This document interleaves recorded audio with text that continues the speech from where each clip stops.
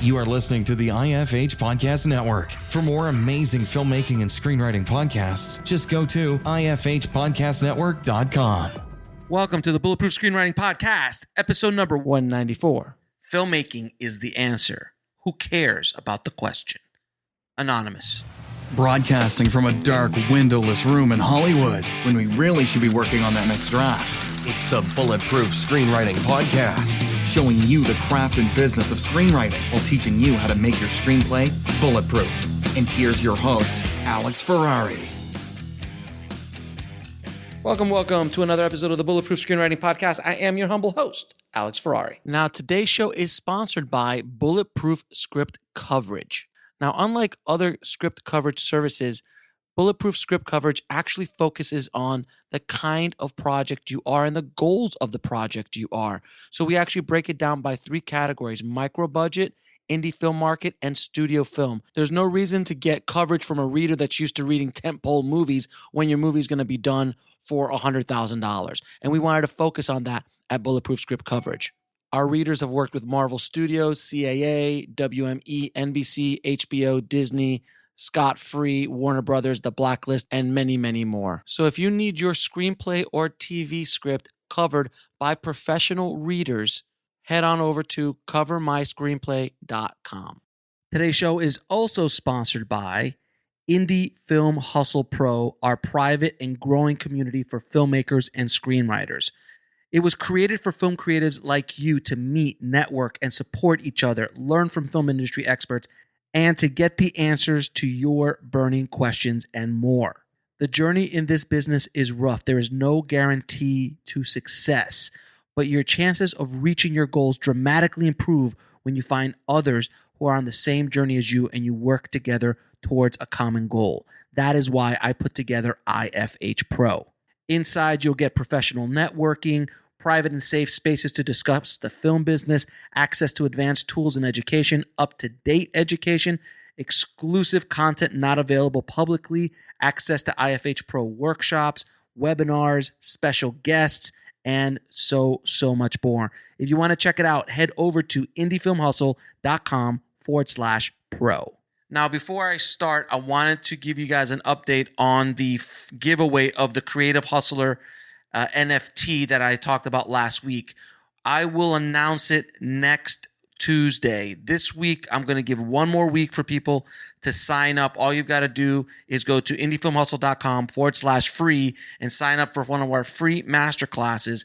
And we will be choosing from a random person from one of those signups. So again, just head over to indiefilmhustle.com/free. Now, today on the show, guys, we have a very entertaining episode. We have on the show the film directing team, the Daniels, the masterminds behind the indie classic Swiss Army Man, and the new classic independent film, Everything, Everywhere, All at Once. Now, I had the pleasure of watching this film, and I have to tell you, it is one of the most insane films I have ever seen in my life, and I say that with all my love because it is amazing. Absolutely love the film. And the Daniels have been responsible for not only two amazing independent films, but their music video work, like Bring Down the What and so many others, have been really some of the best music videos of the past decade. And I sat down with the Daniels and we talked shop about how they got started, how they jumped from music videos to feature films, how in God's green earth do they get financing for these films, which on paper makes no sense why anybody would, but they do it, and I'm so glad they do because their films are fantastic. And this is by far one of the more entertaining conversations I've had on the show for a while. So without any further ado, please enjoy my conversation with the Daniels. I'd like to welcome to the show the Daniels, Daniel Kwan and Daniel Scheinert. How you doing, guys? Good. Thank you for having us. Pretty good. Hello. Hey, good. Guys, thank you so much for coming on the show. I am a fan of what you guys do. You guys are insane, and I love that about you. It's such a wonderful thing to see the work that you guys have been doing over the years. That's the only word I can use is insane. but in the most wonderful way humanly possible. So when you guys got into the feature game, I was so excited to see like Swiss Army Man. Miranda Bailey was just on the show a few weeks ago. Oh, cool. So, Yeah. And she was like telling me the whole story about Swiss Army Man. I'm like, how the hell? What the? How is that? How did that get financed? What happened? And she's like, it's her fault. Exactly. She told me the whole story, and it was fascinating. But before we go down that road, how did you and why did you guys want to get into this insanity that is the film industry? I just did whatever my brother did as a kid. So like he did like math team, so I did math team, and then like he and his friends started making movies, and so I started making movies with my friends in high school. But that's a very different thing than the industry, you know. And it's interesting. Like I did a lot of theater as a kid, and then the older I got, the more I was like, oh, I don't actually want to be an actor. That industry seems not for me, you know. And the film industry is, you know, there's a lot of warts, there's a lot of problems and things, but like you get to like, especially as a writer and director, on your own terms, collaborate with friends and tell stories, you know. Like it was the funnest thing I'd ever done. I just got hooked, and we're so lucky that our careers, we still get to do it in a way that's pretty similar, you know, to like the high school, college version of making movies with your friends. There's no question. Yeah. For me, I'm like in the hero's journey, they talk about the refusal to the call. You know, you run away from the thing, and I feel like I've been running away from. Your biopics can be more interesting than mine. I guess so. Yeah. Because I get, because you refuse the call. Exactly. The setup is so much better. But I grew up really disempowered for some reason, and I don't know where it comes from. Like I did not believe in myself. I didn't believe that I had worth, and yet people would tell me like, oh, you're pretty good at this, or you're pretty good at that. And I wouldn't believe it. And I just kind of run away from all of it, especially coming from my mother. You know, my mother would be like, you're a good storyteller. Why don't you write some more? And I was like, no, Mom, you don't, that's stupid. That's a waste of time. That's not going to help me get into college. You know, I was a very nervous person, had a lot of anxiety. And so everything was about what was the most practical route forward. And I was miserable because of it, because I wasn't how my brain, you know, wasn't built for practical. It was built for, you know, wild, insane storytelling. And apparently my mom, when I was younger, met a Christian, like a fundamentalist Christian fortune teller, for lack of a better word. And she saw me, apparently, this soothsayer. And see, great biopic. Exactly. It's so wild. It's just so fascinating. It's just fascinating. No fair. But she said to my mom, your son, I was in like third grade. And she's like, your son is going to be a great storyteller one day, maybe even a filmmaker, and he's going to spread the word of God. And my mom never told me this story until much later, until like I'm as an adult. She's told me now, but now I understand why she was pushing me to go to film school, which is so funny. Anyone who is a Asian American kid who is the kid of like the son or daughter of immigrants will understand how profoundly strange that is to have a Chinese mother say, son, don't go to business school. Like go to film school. And so I did what you know, all children do, and I ignored my mom and I went to business school. So again, I was like, fuck that, I don't want to do that. Sorry, I don't know if we're allowed to swear on this. It's fine. Fart that. I don't want to go. I don't want to risk my life. I don't want to be a miserable, starving artist. I'm going to go to business school, and I was miserable. I hated every minute of that experience, and I was like, well, maybe I should go to film school. Maybe I should try this out. And it's even when I went to film school, I didn't want to be a director because I looked around and I was like, I'm not a director. I don't know how to talk to people. I don't know how to command 100 people in a crew. And so I was like, I'm going to become an animator. I'm going to learn how to animate and just make things on my computer by myself. And that's where I met this guy. And the experience of meeting Daniel Scheinert has been one in which every single time I feel like I don't belong in this industry, kind of like going back to your question of like, how do we get into this crazy industry? Anytime either of us felt like we didn't belong, or the way that we worked and processed our arts felt incongruous with how the industry worked.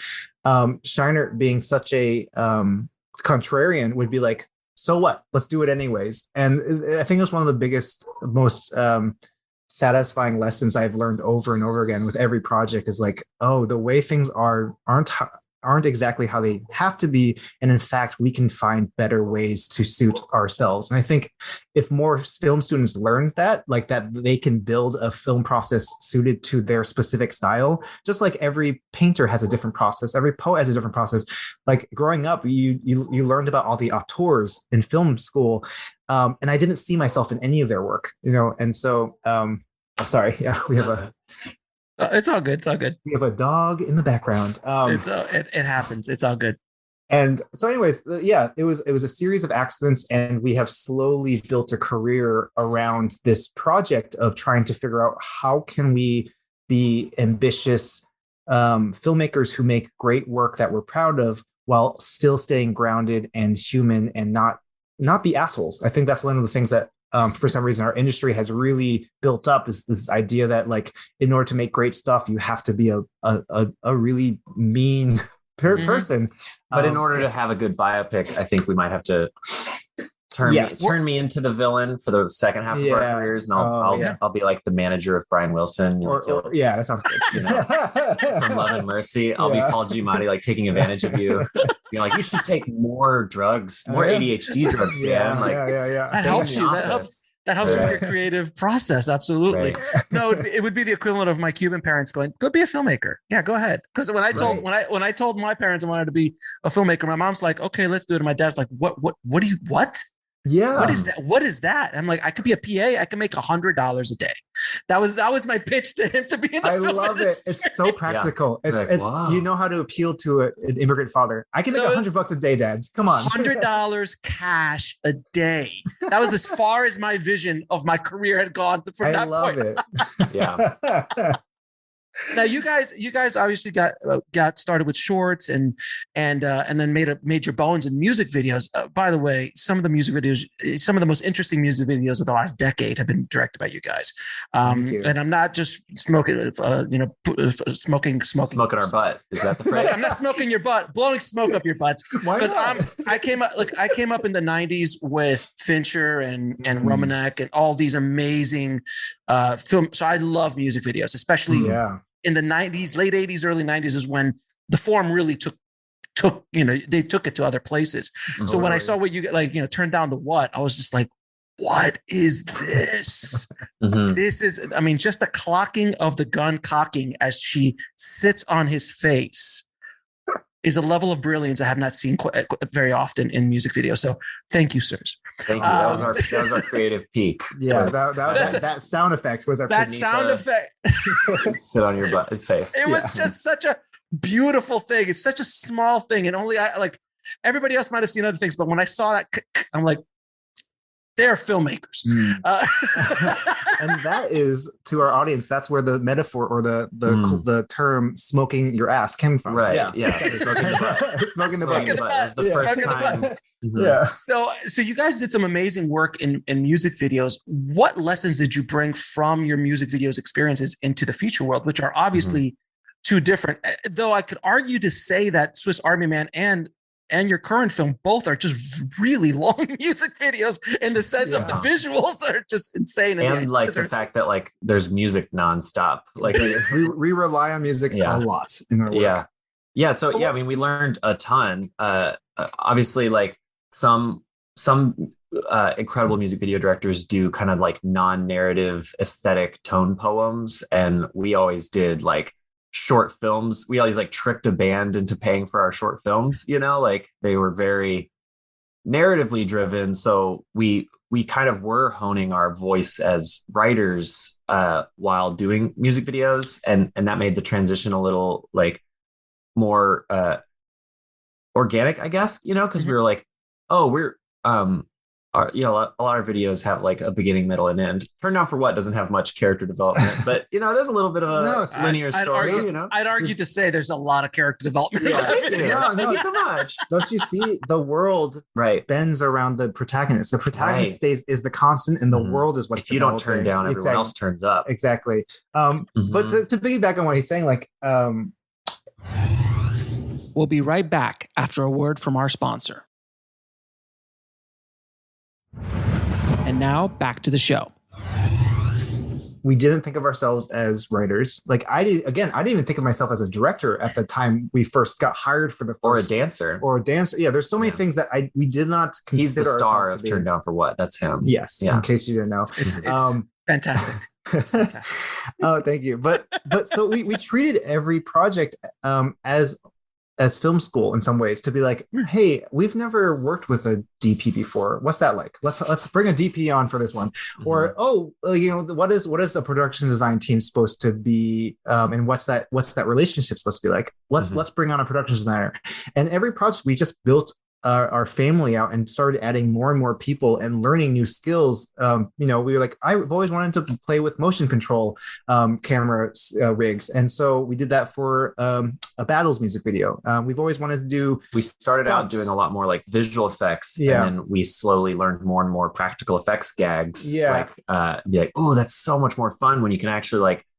Blow up an air mortar, have a breakaway prop. Right. And then like we wanted to play more with stunts and just see what that was like. So we did a Foster People video about car chase. And we learned that we hate shooting car chases, And so every project was like a selfish way for us to learn something new. And then by the time we were ready to do features, like we had accrued a team with a very specific skill sets that really supported our process, and we felt like we were ready. The only thing that was really hard, I'd say the hardest part of the transition was the time frames of music videos versus features. Music videos, you prep, pitch, write, shoot, edit, and release within a month.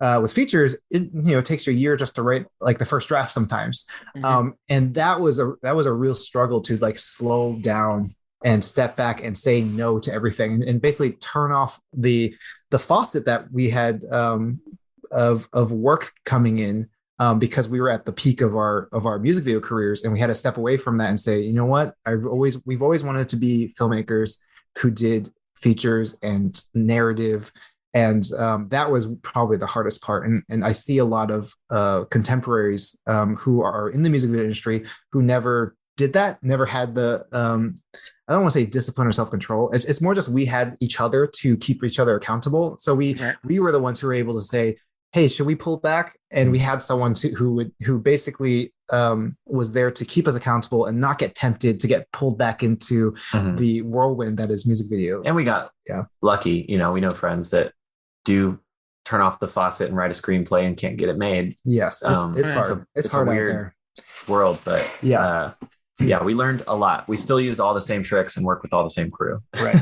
Yeah, and that's the thing is once you find people that you can work with, you hold on to them for dear life, because it's there's a comfort level there. You could just look at them and they know exactly what you want, or they know what you want before you know what you want. So like you walk in and you're like, perfect. Yes. This is exactly the aesthetic I want. Yeah. But now that we're famous, hot dog fingers. Now we're gonna like quit working with them. All those losers. Obviously, right? Yeah. Obviously, that's what you do. You leave them alone, and you get high Oscar winners. Just high Oscar winners all around. Yes, this is the industry way. Yes, yes, exactly. Now, so you guys have done some insane projects. What is your writing process like? Were you two working together? Because I write by alone. I've never written with somebody else. So how do you guys go back and forth with the writing process? Yeah, that was a real learning. That was a lot of growing pains in that like leap from music videos to screenwriting, because neither of us thought of ourselves as writers. But when you're a music video director, you're constantly having to write new ideas. And so our process for music videos was actually pretty organically formed from the fact that we just had to be constantly pitching. Like we would put out 2 or 3 pitches a week to different songs, and we'd get rejected 90% of the time. But that really exercise a part of our collective muscles, where we were basically throwing ideas back and forth, back and forth, back and forth until someone laughed or someone gasped or someone emoted, and then we're like, okay, what is that? Why? What, like, let's latch onto that, and then we would start to throw ideas back and forth until they became these snowballs that kind of kept attaching more and more conceptual ideas, narrative ideas, visual ideas, and like we would start putting on different visual references that we'd pull up from YouTube or Vimeo, and we would never write anything down. It would all just be in our heads and just be ping-ponging back and forth for a couple weeks, without writing anything down, just seeing what stuck. And then finally, when it came time to pitch, we just write it all down and send it out, which is great for music videos because you have to have that speed. Once we transitioned to features, that became really hard to do, to ping pong the feature back and forth without writing it down, without, so what is our process now? I feel like it keeps changing. I feel like it changes on every project, and that might be the lesson, is that like it's almost like a weird therapy exercise. And if you do the exact same thing each time, you're not going to like make discoveries. You're just going to like kind of figure out a pattern of how to make a similar but not as good thing, because it's not as like authentic and heartfelt. But we still bounce ideas off each other a lot. We spend a lot of time apart, and we're each other's biggest fan and also like biggest like critic, because we've built kind of a common vocabulary and a trust of each other's thoughts. So it's a lot of like time apart and coming back and being like, I have this thought, it really resonates with me. I write very poorly by myself, and so like sometimes I'm hungry to be like, Dan, hang out with me. I want to throw ideas out. Right, sometimes Daniel Scheinert comes from like an improv background, so everything about that world is about interactions, like, and collaborative. And I'm sort of an extrovert who feeds off other people's energy. And then Kwan is like introvert extrovert, and so like every once in a while he just disappears and is like, nope, leave me alone. I'm writing, and he'll come back with like really great stuff, but sometimes the great stuff is 5 times longer than we agreed it was going to be, and then we're back to the drawing board of like, how do we keep it all? Which parts do we keep? And then it's an editing process, and it's just a lot of trial and error. Yeah. So with our first draft for Everything Everywhere, we spent a long time outlining together, throwing things back and forth the ways that we have been talking about.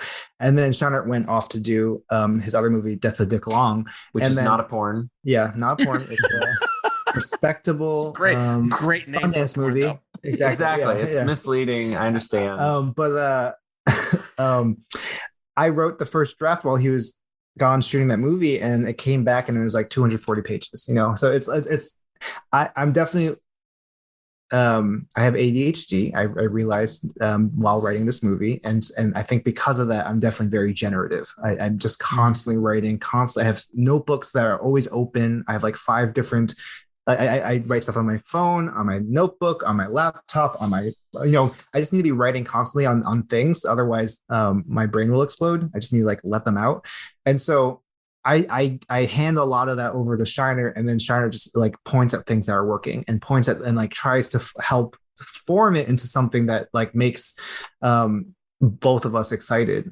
So it's so far it's been or like scares the producers less. Right, exactly. That's also true. Like I'm very ambitious, and Scheinert is very practical minded, and so I think the combination of our brains has been very good. It's so funny when I had Miranda on the show, and everyone listening, you got to listen to Miranda, the producer of Swiss Army Man, the stories about how that movie got made, because I was fascinated. I'm like, how in God's green earth did anybody put money up for this film? Like, in what world does this movie exist? Apparently, this in this universe it exists, and others it might not, but in this universe it exists. And she said like she talked to, I think, somebody in her company, and they're like, we're not going to make this, right? We're not going to make the movie about the farting with the dick and the dead. Are you really? And then she's like, no, we're really gonna make you guys got to listen to that interview. It's fantastic. Cool. It's so fantastic. So I remember that pitch. Yeah. It was like, how did you come up with the idea? It's such a insane idea. Mm-hmm. How did you come up with it? And how in God's green earth do you pitch that in a room? Which one? Swiss Army Man? Yeah, Swiss Army Man. Yeah. The idea started we're the same way like all our music videos started. It was kind of like an image or a gag or a little scene that like made us laugh, and it was just the opening scene of a guy initially the idea was like feeding a corpse beans, like it's fuel, and then riding its farts off a deserted island to freedom. But it was like very beautiful, and like it was very It's amazing. Yeah. And we were like, that would be a funny, like, the music commercial, that I was short right. film. yeah, the music I was listening to was Ben Zeitlin, who did Beasts of the Southern Wild. His short film that he did before that was called Glory at Sea. I don't know if you guys have seen it, but it's fantastic. It's the best. Ambitious indie film made with no money, and it was such an aspirational thing for us to watch in college. But the score is incredible, and Ben worked on the score. But I was listening to that score while we were on an airplane, and just imagining the beauty and the catharsis of a man riding off on a farting corpse was like making me laugh. But I will say that like a lot of our stuff, as wild as it is, comes from a very practical place because you mentioned in the 90s the great music videos like Fincher and Romanek and Spike Jonze and Michel Gondry. They had big budgets, $500,000, millions, $10 million, millions. When we by the time we got into the music video industry, Napster and streaming had decimated the industry, so that we were working with $10,000, most of the time $20,000, whatever. So we got to we got stuck in this really interesting mode of filmmaking, which was very practical and based off of problem solving. So like we happened to be flying to Alabama to visit his family and do sort of a mini writer's retreat for another movie we thought we were going to write. And we were asking ourselves, what resources do we have there? Because we should shoot something while we're there. That'll be fun. And they live on a lake in Alabama, and their neighbors had a boat. And so we were like, maybe we could do a weird gag with a boat. And I was like, okay, there's two of us. So, okay, so a short little thing with two people on the water. What could that be? And that's where this idea came from. And I think like a lot of our work is kind of coming from very practical, problem solving. And so, so that's where it came from. I pitched it to him. And Scheinert was like, that's amazing. We have to make it. And I immediately regretted pitching it to him because I was like, I don't want to make that though. I don't want to show that to my parents. Exactly. The person at Miranda's company who said, we're not really going to make that. It's like, oh yeah, that was what I was saying too. It's not, they weren't crazy for thinking that.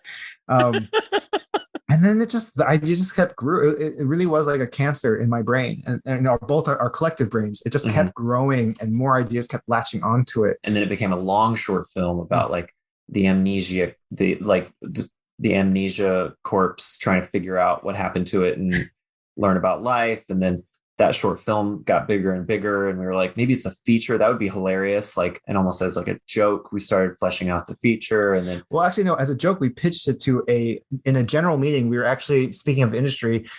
So we were getting passed around Hollywood doing general meetings, and we kept pitching our joke ideas because we didn't have any ideas that we thought would appeal to most studio heads or to any producers. And one day we decided to pitch this movie to a producer almost as a joke. And he leaned was forward. Like, do you really want to make that? Yeah. And we were like, yeah. And he's like, why haven't you written it? And we were like, oh, because we don't think it would get made. And he was like, if you believe in it, you should make that. No one else is ever going to make that movie. And like, this is not true. And it was like it was a good kick in the ass. Yeah. So that was Lawrence Ingley, one of the producers on that film, was the one who kind of like to Miranda. Yeah. He kind of like pressed the button to turn that part of our brain on and say, go do it. Why not? Yeah. But I have to ask, like, you guys did some pitches, right? So what were some reactions from the pitches? Like, I got to believe that somebody's like, I could just see the pale white skin of somebody, like just all the blood coming out of their bodies. Like, you guys are, you're not serious, are you? This is a joke. We're pretty good at pitching our ideas because we're also like self-deprecating and like totally ready for the criticism, to a certain degree, and like and sort of have the attitude of like, if you don't get it, it's not for you. Please don't give us money. Like, I don't want you. What a great pitch. Regretting this or just every draft and every screening, like not getting it.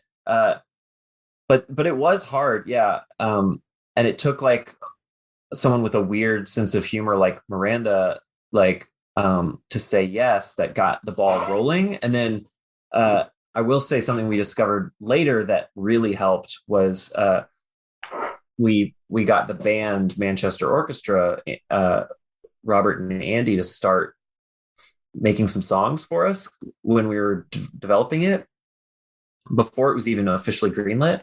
And then we started pitching it with music, and we were able to pitch the opening scene and press play and just start describing it as you heard this like gorgeous music. Nice. And it was such a different feeling in the room where like people were suddenly like, what the hell's going on? This music is making me emotional and it's so beautiful. And what you're describing is profane and stupid and I should not give you money. We'll be right back after a word from our sponsor. And now back to the show. But I think that really helped crack the pitch in that case, just to be able to like, play music, which is something we still do sometimes. But. Yeah. The other two things that really helped us was the fact that two things happened while we were in the middle of trying to get funding and trying to get actors. The first thing that happened was we somehow got into the Sundance Institute, like the Sundance Screenwriters Lab for this screenplay. And we were like, what are like, who at the Sundance, like, right. You think about Sundance, you think about so many other movies and not Swiss Army Man. That's not what you think about when you think about Sundance. But, to their credit, they saw something really earnest in our work, and they saw our past work and saw that we were trying new things. And, what is Sundance if not a place to foster new voices?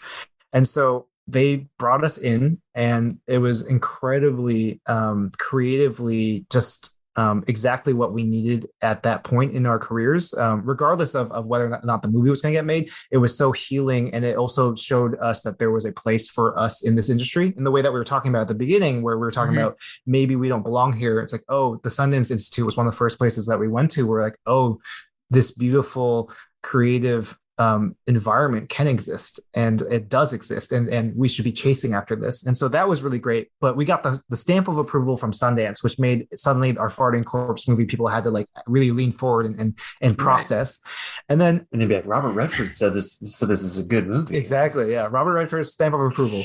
And then oddly enough, while we were at the Sundance Labs, we were so fed up with how intellectual we had become. We had been talking way too much about themes and characters and all this stuff that is really important. But after a while, as filmmakers who want to be on set, who want to be making things and really expressing things that you can't even put into words, it was very frustrating. And we happened to get a song in from Columbia Records from one of our commissioner buddies, Brian Younts, who works at Columbia. He sent it over, and it was turned down for what? And he was like, what do you guys want to do with this song? It's kind of a wild song. And so we were like, this is perfect. Let's turn off our brains and let's do the opposite of what we'd be doing. No theme, no character, no, just like pure id. Let's create something so wild and so frenetic and beautiful and strange. And then basically we'll hold nothing back. And we'll say to the label, like, I dare you to let us make this. And if they actually let us make it, then we'll have to go make it. And so we did that. We put that online, instantly a viral hit. And so we got the viral hit, we got the Sundance stamp of approval, and suddenly making the Farting Corpse movie made a lot of sense to certain investors. Obviously, we still scared away a lot of people, but we were really lucky. No, it was the right place, right time, right product. And also the thing is, and a lot of people might not see this in your films, but there's so much emotion in the characters. There's like, everything everywhere. You're tearing up. They're hot dog fingers, but there's so much emotion behind what's going on. Same thing with Swiss Army Man. Like, you'll tear up watching that film. So it's not just insanity for insanity or gag for gag's sake. There's heart behind it, and that's what makes you, because I can't say anybody can come up with the farting corpse idea, but in the wrong hands, it's a movie about a farting corpse. Totally. But yeah.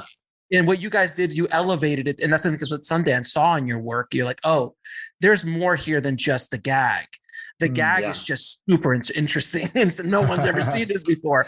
And that's what's really beautiful about what you guys are doing. Now I have Totally. to ask. Thank you. Now you guys, we all as directors, we're all on set, and there's always that one day on set, if not every day, but always that one day specifically. The entire world is coming crashing down around you. The world is coming to an end. You're not going to make your day. You're going to lose the actor. The sun is gone. The camera fell in the lake. What was that day for you on Swiss Army Man, and how did you overcome it? We probably have different answers for this, but Yeah. you go first. Yeah. We shot Swiss Army Man in like 5 weeks, and we had a bunch of travel days in there too. So it wasn't even like 5 days of shooting per week. And week 4, we did 4 night shoots in a row, and it was like all the bear stuff and like, we just burned the candle at both ends and started going insane. And I thought everyone was getting sick. Yeah, I thought I was at rock bottom at that point, and then I got sick after that as we traveled up to Eureka with a small crew to get all the beautiful redwood stuff. And so like on day 1 or 2 of wandering around the redwoods, that morning, Kwan like wanted to rewrite the scene again. We were constantly rewriting while shooting on that one, which is not a good idea. So like, and he was like, we don't have time to rewrite it. Oh, well, but it's a bad scene. Let's go shoot it. And I was sick and sad and demoralized. And that was how we started our day. And then we went out into the woods, and while shooting it, I just started feeling like I was going to pass out, and hopeless. And it was kind of a boring scene where we're just doing normal coverage, and I was like, the movie's going to be a disaster. It's not going to work. That's not going to work. Dan hates it. I don't even know how to give notes on this scene. And I like walked away and walked up to my producer, Jonathan Wong. And I was like, I don't know if I'm going to make it. And he's like, what's up? Apparently I said something where he interpreted it as like, Daniel thinks he's going to die. But I thought what I was saying was that I couldn't finish the movie, but I'm not sure if I was speaking English. I was you were like, gone. You were gone. Yeah, I was like close to a mental breakdown. And that scene turned out great. It's great. The writing was fine.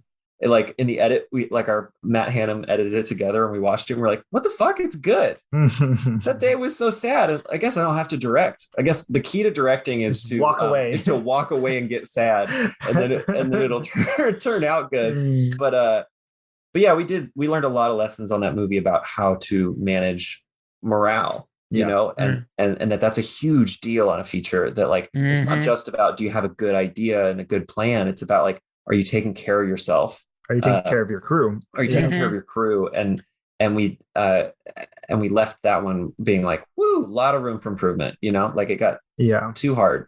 My quick story is, the last scene of the movie is everyone on the beach. I'm sorry, spoilers for anyone who hasn't seen it. There's a beach. Everyone's on the beach. There's some beans. Yeah, exactly. And then we, a small budget, no lighting equipment, nothing. We just, literally, we had to wait for, the 15, 20 minutes of magic hour to shoot that entire scene. And, it was Radcliffe's birthday, I remember, and Radcliffe really wanted to lie down in the water, even though it was freezing cold. Like, we were like, Daniel, we have a dummy, and he's like, no, I want to be here. I want to, like, I think it's important for Paul to see me here, to be part of this. And we're like, okay, great. And so we neurotically blocked it all out and tried to like come up with a plan to shoot that whole scene, which is like 12, 13, it feels like 12 setups, right? It's like everyone has their own Spielberg push-in on like in the medium shot, plus 3 or 4 wides, plus a couple of very specific shots between Radcliffe and Paul. Anyways, it was a lot of shots, and we had to do it in 15 minutes. Right. And so we just an hour. I'd say we have an hour. No, I feel like by the time we started shooting, it was like half an hour, and we basically just didn't cut. We made the plan, and Larkin was operating for the whole movie, our DP, and so he knew exactly like when where to move from each setup. And so we'd be like, okay, we got it, next setup. Okay, we got it, next setup. Okay, we got it, next setup. Okay, now everyone, all the actors, get ready. You're gonna shoot your one shot, and we're just gonna do a couple takes back and forth, and we'll move on to the next person. And like I said, I don't know how many times we cut, but we really did, like, there was no time to slate. We just went like, okay, now you're close up. Okay, now you're close up. Now you're close up, and then we missed the last final interaction between Paul and Daniel, as the sun was setting, we cranked our ISO was cranked wide, like as high as looked possible. Real bad, and Larkin was just muttering, "We have to stop." Yeah, it was We can't so use this." grainy, and we're like, shit. I think we might have lost. I don't know. I don't know if we got our finale, and it was just like a really just scary feeling to have, just to be like, we didn't nail the ending. And you know, we like Scheinert was saying, we were kind of already like burnt out from the process of making this film. So that was definitely like that was week 2. Yeah, that was of 5. Yeah, that was the end of week 2. Yeah. So that was really scary, and you know, we ultimately finagled some.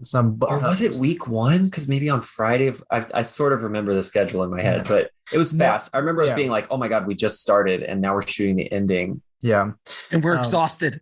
And like, yeah, I guess it's a short film. So we're just learning a lot of the limits of our, you know, of our budget versus our ambition. But I will say, like, you know, I hear stories of film sets gone wrong, and it makes me feel so lucky that like it's been hard and things have gone wrong, but just because it was ambitious, not because of like, we've been so lucky that, you know, we haven't worked with assholes, and that like we've had good producers, and that we've headed off a lot of the really disastrous types of things that can go wrong before, you know, we got to set. Yeah. And so we're such lucky filmmakers that, you know, that these are our horror stories. These are our horror stories. It's just like, I was tired and it was hard. Yeah. You know, it's not like Coppola and Apocalypse Now. You're not in the jungle for 3 years with a gun to your head. You know, so it's not, you know, exactly. Putting things into perspective. Yes, exactly. I feel both of those. I love the best directing tip. Just walk away depressed and it'll come out fine. Weird. I mean, we did kind of think Swiss Army Man, there was a masochistic part of us that were like, it's about a guy kind of losing his mind in the woods. I think that might happen to us while we do this, but maybe that'll make it an interesting movie. This will be our Apocalypse Now. You know? I was about to say, this is very Apocalypse Now of you guys. Exactly. Very, very method directing. It's very. I don't aspire to do for that. Yeah. Now I like having fun. So speaking of fun, I had the pleasure of watching Everything Everywhere All at Once. A week ago, I think at this point, a week and a half ago, I saw it. And as I'm sitting there watching it in the theater, I'm just looking at it and going, I'm so glad this is in existence. I'm so glad somebody put this out into our world, our universe. And then Hot Dog Fingers show up. And I'm like, oh my God, I love this film. There's hot dog fingers. I have to ask, man, how it's such a beautiful, and I joke, but it's such a beautifully done movie, and I'm not smoking your butt again, but we're gonna make that a thing, aren't we? Oh no, I promise you there'll be some YouTube comments saying now smoking a butt. No, no, but in all honesty though, I'm watching it and it's, you know, Michelle Yeoh is a goddess. Data from the Goonies. Yeah. Oh my God, what a powerhouse actor. I was not, when I saw him, I was like, oh, look, it's Data from Goonies. Oh, he got work. Fantastic. You know, that's what first thought. And then I'm like, holy crap, he's really good. Yeah. And don't underestimate Data. No, dude, like when I heard his voice for the first time, I'm like, oh, it's Data. He's grown. Like, because I've seen the Goonie 1,000 times. Of course, yeah. Then Jamie Lee Curtis and then just the whole cast that you put together. It is such a beautiful ballet of insanity, and emotion. It's remarkable and I have to ask you the same question again. How in God's green earth did you guys come up with this idea? Yeah, I mean, I feel like we could do a whole podcast one day about where ideas come from and how it's a mystery and what is the human brain and how does neuroscience work and right. synthesis of the neurons firing that make us giggle, and then at what point do we then test that against the culture to see if it's something worth putting out there as opposed to just an inside joke, and how much of that is like intent and how much of that is pure luck or just like subconscious, you know, ness. Right. And I think like we're all discovering that genius doesn't come from an individual. Ideas don't really come from individuals. We're all just conduits for this like bigger mimetic battle that's happening all around us. We're going to get philosophical with your very simple Yeah, question. exactly. Absolutely. No, I love it. I love it. So you're channeling. You're channeling. We're channeling from the ether. From the ether. It's all from the ether. And I think the only thing that makes us different, and I think the thing that is our superpower, is we say yes. We say yes to the ideas that we haven't seen that sound unproducible. Yeah, we say yes to the bad ideas. We say yes to the things that should not be made, mostly because the moment we tell ourselves, oh, this shouldn't be made, we question that impulse. Like, why not? Hold on. But did it resonate with me? This is interesting. Yeah. Oh, if it sounds unproducible, that means no one else is going to beat us to it. There's also that. There's no competition. There's no competition. Exactly, yeah. We'll be right back after a word from our sponsor. And now back to the show. There is like I was just thinking about the philosophy of ideas, and there's this book Impro by Keith Johnstone. It's like an improv book that I read in acting school. And he has a chapter about creativity and about how, effortless it is for the human mind, but it's hard for a lot of people because it's trained out of us. Like our school system and our culture teaches us how to curate and focus and ignore, playful ideas, but that like it's like, if you don't do that, like if you talk to like hunter-gatherer cultures and stuff, like creativity is like effortless and it's everywhere. And that there's some anecdote about some like, it's like an Inuit tribe or something that like, one of those tribes that has, 20 words for snow. And they think that there is a sculpture inside of every rock that has to be discovered, not that there's a sculptor who's really good at it.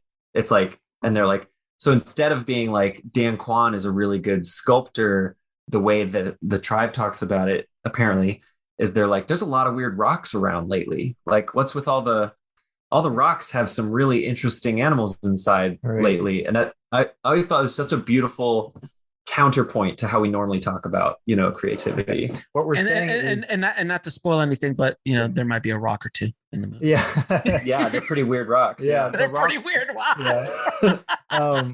But yeah, I feel like to sum it up, I feel like every idea we had in this movie, a 10-year-old could have come up with, like it's hot dog hands and talking rocks. It's like there's nothing special about any of this stuff. It's just the fact that we chased it, and I think we were like, there's a sort of naivety there where we like foolishly chase after these things. Or our real skill isn't coming up with weird ideas. It's convincing people to invest millions of dollars and to risk their entire artistic reputation. That's absolutely out those weird ideas. Yeah. You guys should do a master class on how to convince people to give you money to do insane ideas, because you guys are the masters at this, because not once but twice with two, like again, the pitch, how do you pitch this? Like it's such a visual thing.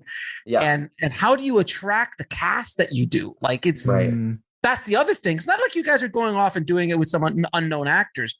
You're bringing some of the top actors around to do this. Like Michelle Yeoh, how she has not been a lead in a movie outside of Hong Kong is beyond me. Like when I heard that, I was like, really? I know. Really? We felt the same way. We were like, what? Yeah, we did not know that until the press tour. Yeah. I'm like, what? She's a goddess. She's amazing what she does, and how she played this part was so beautifully.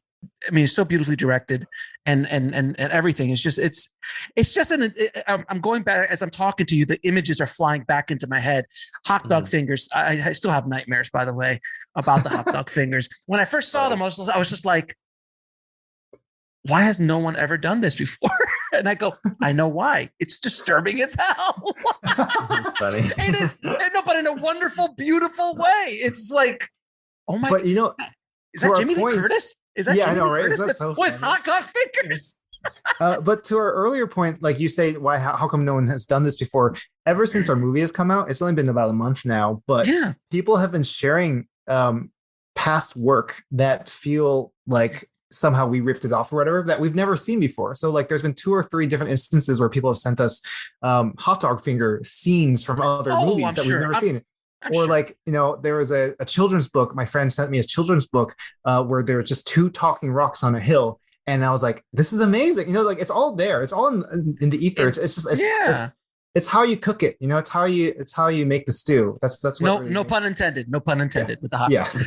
No, look, I mean, it's not that we haven't seen that before. I can't remember seeing it, but like you see like a movie like I forgot, one of the Spy Kids had guys made of thumbs, and like giant, like it's not that, but the way you guys the fingers and the way the movement and stuff was just so.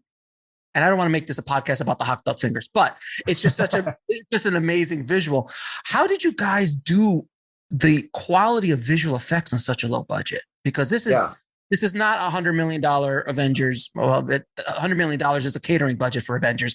But how did you guys do such amazing? Because the visual effects are remarkable. They really are. Wow. Thank you. Yeah. I mean, we, coming up in music videos, we did a lot of our own effects at first. And then, like I said, we learned But that was kind of our calling card. Like labels would reach out to us, be like, hey, do you have any cool visual effect ideas that are cheap? Right. Oh, you're those guys who can do like tons of effects for no money because you just do them yourself. And that was our thing. And then we learned a lot about practical effects, mostly by working with Jason Kizvarde, our production designer. And kind of brought all those tricks to this movie.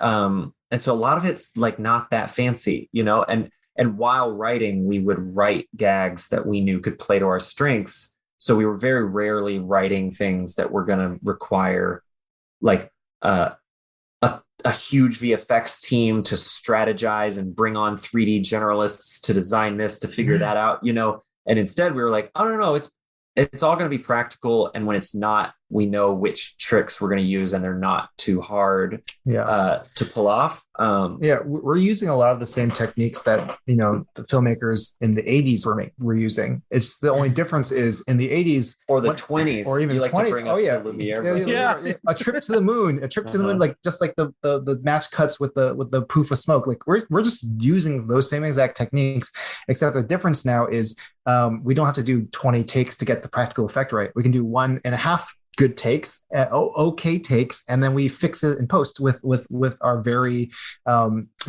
rudimentary skills as After Effects artists. And so we're kind of cheating every way we can to make the illusion of these effects work for as little effort and as little money as possible, which is why I think, people say, like, people have been talking about the fact that we had about like 500 to 600 visual effects shots, and it was done with a team of like 5 to 7 people. We say 7 because we're also including ourselves in that number. And there were a couple of people who came on for a few weeks, but the core team was pretty small, like a really small. The core team was like our 3 friends, or 4 people, and we all just like had synced hard drives, and we would just we did it all in After Effects. And I think some of it's very impressive what the guys pulled off, and some of it was very ambitious, like the kind of bagel stuff. The bagel stuff, yeah.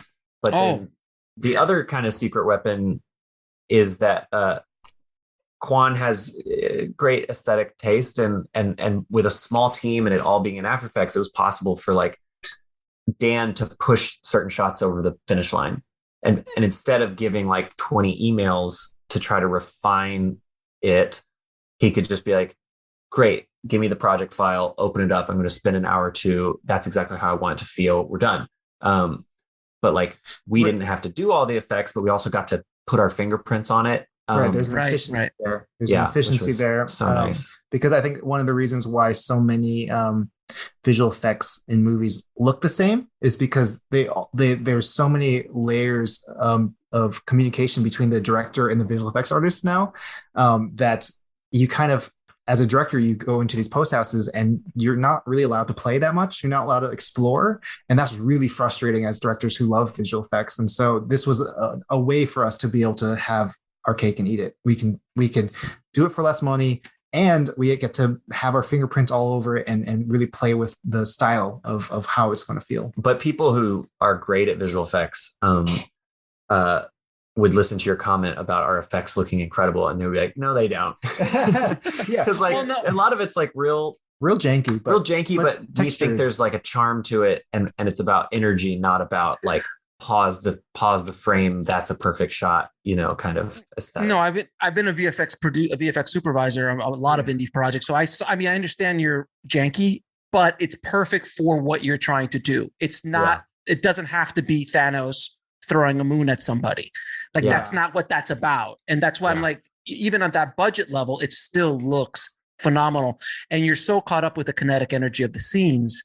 I mean, the bagel stuff and all, I mean, you just get caught up with it. You're just like, you're in. Yeah. Because if I'm looking at, that comp was just, they just should have blurred that a little bit more. If they could have just comped that a little bit better or thrown some, no, I wasn't there. I was in the story. So with that, I'm sure if I go back and analyze it, I'm sure you guys go back and analyze it, like, dude, I did that on $200 million movies. I'm like, how did that get through? Like, obviously, see, that's a really bad. When my wife is looking at a movie and going, that's a bad green screen, and it's like a $200 million movie, I'm like, they really screwed up. They've screwed up if she figured it out. So I have a few more. I have last couple questions to ask all my guests. What advice would you give a filmmaker trying to break into the business today? Adjust your goals, bro. Breaking in shouldn't be your goal, because a lot of people break in and then they're sad and they make the world a worse place and they make like upsetting, weird content. And they are you talking about us? Talking about us, right? Look what happens when you follow your dreams, everybody. Look. Yeah, it turns out I'm cynical. This was all a front. All these nice jokes. Fuck you, kids. No. That's amazing. No, I like to say that, like, if you love making movies, chase that feeling, find people that you love making movies with, and maybe you'll end up getting paid to do it, and find a niche in there, and that'll be great. Or maybe not, and you'll still be happy and having the therapeutic, beautiful experience of making and sharing artwork, that breaking in can sometimes be the worst thing for you, if you don't get to make what you love or with people that you love doing it with. And so it'll happen if you just make stuff you love. You'll find your niche in the world, and that niche might mean your local film festival. And that's dope. Awesome. Or it might be A24, and that's cool too. and that's fine too. And let's just give a shout out to A24. Thank you for allowing and helping movies like this get put out into the world, because there just really isn't another A24. There is. They're fighting the good fight, tricking people into watching provocative, challenging things. Right. Great. It's fantastic. Now, what is the lesson that took you guys the longest to learn, whether in the film industry or in life? Longest to learn. I'm trying to think of lessons I'm still learning right now, maybe. Something I'm trying to figure out is this balance of it's more than work life, because I think work life is like that's a given. Everyone has to tackle that. But it's like from a leadership position, because again, I never wanted to be a filmmaker. I never wanted to be a director. I never wanted to be a leader. And so a lot of this feels like it's been put upon me in a way that like makes me very uncomfortable and I'm unsure of. But the balance of being a leader who is also who's just as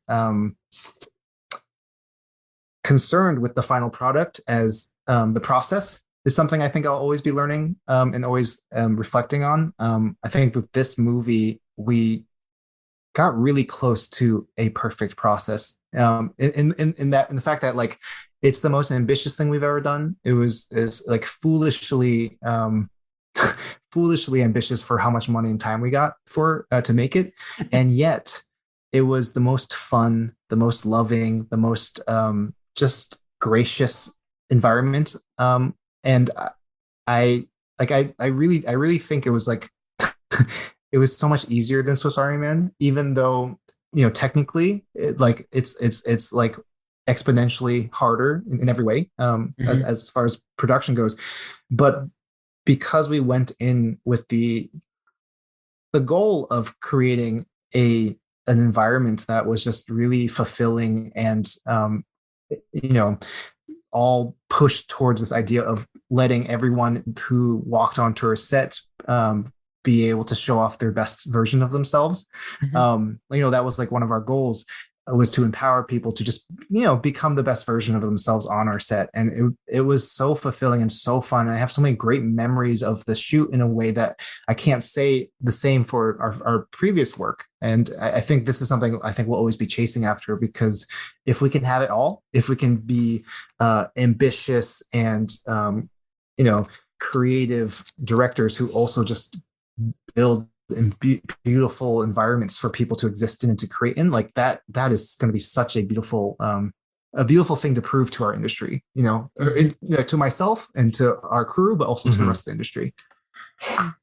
That's a beautiful answer, by the way. That's a beautiful answer. That was a really wonderful answer. We'll be right back after a word from our sponsor. And now back to the show. And last question, 3 of your favorite films of all time. Oh, this is always hard. So hard. I like giving different answers, Okay, you go first. Or you say one, I'll say one. We'll go back and forth. I love a crazy documentary. Love American Movie, the movie about the Midwestern boys trying to make their movie. Not available for rent digitally anywhere for some reason. Really? We got to figure this out. But oh my God. The first thing that my brain went to was Magnolia, probably. Like that's one I just keep returning back to, because it's a movie that does everything wrong, and it feels so right, and it doesn't matter, and I'm like, I wanted to be chasing that as a filmmaker for a long time. Just that feeling that I got when I watched Magnolia for the first time. My brain just went to like Moonlight is insane. It's just like the hype. It pays off. It's great. It's just so beautiful. And like, it was like at the right place at the right time, where like our culture was trying to like quit being so homophobic. And like, it was like, here's how, like, here, like, empathize with this person. Like, and it's just 100% successful. And it was like, just like this, like epically important thing for our culture. And for me, to just like, to fall in love with this love story and for it to break my heart. Yeah, it's insane. And for it to win Best Picture. Yeah, and then for it to go win Best Picture and be like, indie film's alive. Yeah. I'll go back to one of my childhood favorites, which was it's probably the movie I've seen more times than any other movie. It's Groundhog's Day. That's a masterpiece. It's a masterpiece. Yeah, it's a masterpiece, and it became like a spiritual guide for this movie, because it was a film about nihilism, about the tragedy of existence, but wrapped up in a really fun comedy. And the movie pulls off both those things wonderfully. And I was like, I want to do that with our movie. Whatever we do with this film, it has to pull off both those things. It has to be so much fun and so philosophical and sincere. And so, yeah, Groundhog Day. Long answers only. Princess Mononoke. Oh, I love that movie. Yeah, just blew my mind when I was a kid, and then I've been thinking about it lately, and just how like brilliant, like the ambiguity of good and evil is in that, and how important it was for me as a kid to chew on that. When like we're usually fed these kind of like violence is the answer, beat the bad guy stories, like just go blow up their building. Is the moral of a lot of action adventure movies, and it's like, no, this one's confusing, and it's about people with different interests, and also you're gonna fall in love with a little wolf girl slash want to become her. No, it's very confusing and exciting for me as a kid. For my last answer, I don't want to say this because it's so obvious, but I have to say it just because I need to pay tribute to how much the movie means to me. Eternal Sunshine of the Spotless Mind. Oh my God, I love that movie. Ever heard of it? Never heard of it. Who's in it? No, I'm joking. No, Gondry is a master. I wish he would be making more movies now. I want him. Somebody please listen and give him a budget. Let him do whatever he wants. Pair him back up with Charlie. When he does whatever he wants, he spirals a little. Like I think I would if I didn't have Dan. It's good to have a balance. But Eternal Sunshine is just it's the movie that that really, I feel like it changed me as a person and made me understand my world, my place in the world in a completely different way. I think it was the first time I experienced metamodernism in the wild, or this idea of trying to get beyond postmodernism, like postmodernism. And it was so cathartic and healing for me to see that play out in a story for the first time. So it's incredible. And also it's just so much fun. Like the filmmaking of it is just so much fun. And obviously we stole so much from Gondry when we started making music videos, and even in our features, you can see his fingerprints in it as well. It's all there. Yeah. Guys, it has been an absolute pleasure and honor talking to you guys. It's so much fun. Continued success. I tell everybody to please go watch Everything Everywhere All at Once. It is a brilliant piece of cinema, and I'm so glad it exists in the world. Thank you guys for doing you. Thank you for being a conduit for the insane and bring it into our universe, my friends. Thank you so much. Thank you for having us. This was fun. Yeah. I want to thank the Daniels so much for coming on the show and sharing their knowledge bombs with the tribe today. Thank you so much, guys. If you want to get links to anything we spoke about in this episode, including how to watch Everything Everywhere All at Once, head over to the show notes at bulletproofscreenwriting.tv/194. And if you haven't already, please head over to screenwritingpodcast.com, subscribe, and leave a good review for the show. It truly helps us out a lot. And on a side note, guys, I just want to thank you all for listening and sharing this information that we have at Bulletproof Screenwriting, because it has become one of, if not the biggest screenwriting podcast on Apple and Spotify. I've been seeing the numbers, and it is so humbling that the show has grown so much over the last couple of years. It has grown faster than I ever expected it to. So humbly, from the bottom of my heart, thank you so much for all the support. Please continue to share this information. I want to help as many screenwriters and filmmakers out there as humanly possible. Thank you again so much for listening, guys. As always, keep on writing, no matter what. I'll talk to you soon. Thanks for listening to the Bulletproof Screenwriting Podcast at bulletproofscreenwriting.tv.